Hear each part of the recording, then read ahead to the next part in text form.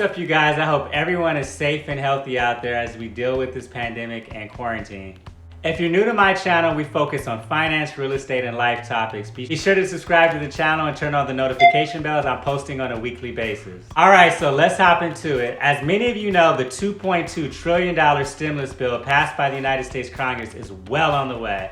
Americans are starting to receive their $1,200 economic relief checks via direct deposits, and paper checks are starting to be mailed out this week.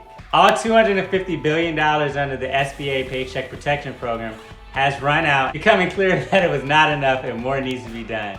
In an effort to draft a new round of stimulus funding, there have been several proposals. Now, I covered the $2,000 a month proposal in a video last week, so be sure to check that out for more information. But now there's been a new proposal being introduced to stop mortgage and rent payments for an entire year. Wouldn't you love to not pay rent or a mortgage for an entire year, guys? Be honest, come on. All right, so I'm gonna break down what all this means for you guys and who would be eligible under the proposed plan. You would not have to pay rent for an entire year. You would still need to smash the like button, as it really helps to support the channel. So hit that button until it turns blue. So this proposal is coming around as there's been a major increase in rental delinquencies due to people not being able to afford their rent, and mortgage forbearance as people can't afford their mortgages. This all has to do with many people who are unemployed or underemployed right now with reduced working hours. Due to the current pandemic with so many people suffering right now, the government needs to find a way to help as many people as possible. So the new proposal is called the Rent and Mortgage Cancellation Act. Now keep in mind, it's just a bill, it's a proposal at the moment, so it would still need to pass our House of Representatives, Senate, and be signed by President Donald Trump. Now you may be wondering, who is eligible? Are you eligible? And the answer is, yes you are. Everyone in the United States would qualify, whether you are a frontline employee or CEO of a multi-million-dollar company. Literally everyone would qualify under the proposal. There's no cap on the rent or mortgage payment. So whether you are paying $1,000 a month or $10,000 a month, everyone would qualify the same. Now, whether you think this is fair or not, we can discuss later, but for the time being, I just want to give you guys the details of the proposal.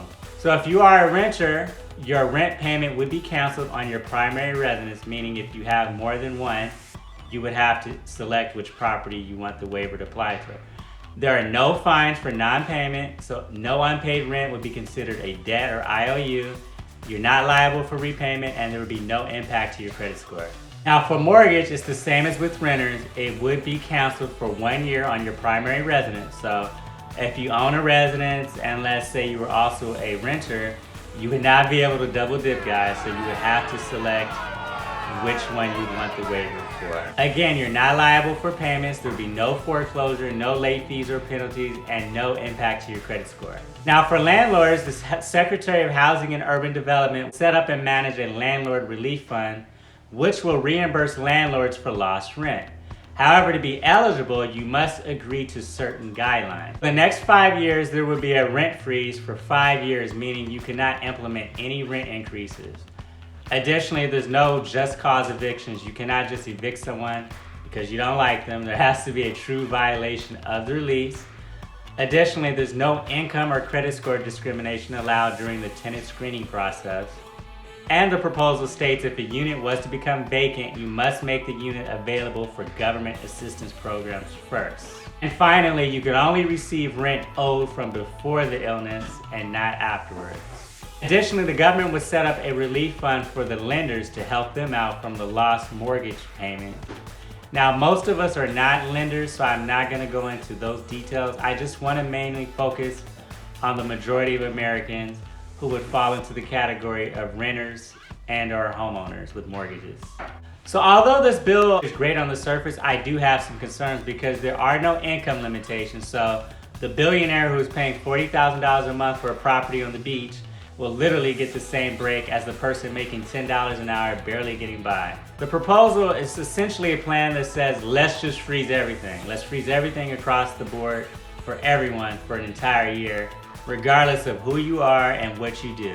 For me personally, I don't know how I feel about that. I mean, take Beyonce and Jay-Z, and I love them dearly, it's just an example. But they have a $35,000 a month mortgage in the Hollywood Hills. Do they really need help right now? Are they really hurting?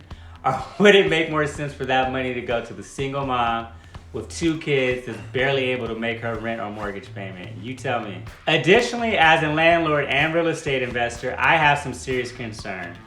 Even if a freeze is put on the mortgage payments itself, a landlord is still responsible for property taxes, insurance, maintenance, property management, and these charges would still exist even without a mortgage payment. And without rental income, this could be very problematic. Even with the proposed fund for landlords, some of the requirements are just a bit harsh. I mean, no rent increases for 5 years is a long time, especially if your property is in a rent-controlled market or if your rents are already low.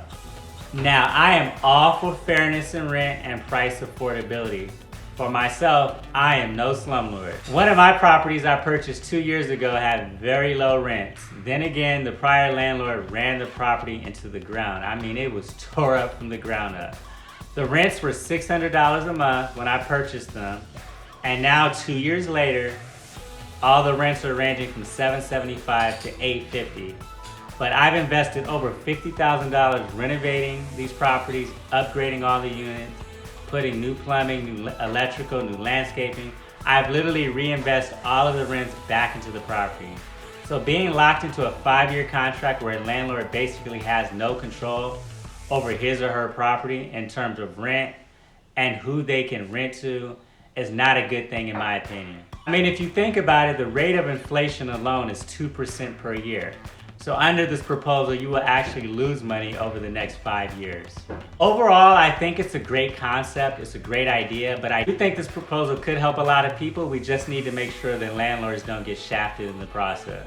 We obviously have a long way to go, and there are a lot of details and logistics that would need to be ironed out in order for this to be implemented nationwide. I would love to get some input from you guys. What do you think about this cancellation on rent and mortgage for 12 months? Is there a better way to help the majority of Americans? What do you think? Leave your comments below. I really appreciate all the support. If you liked the video, please hit the like button and subscribe to the channel if you have not done so already. And as always, I, Joe, also want to know what you know. Thank you and have a great day.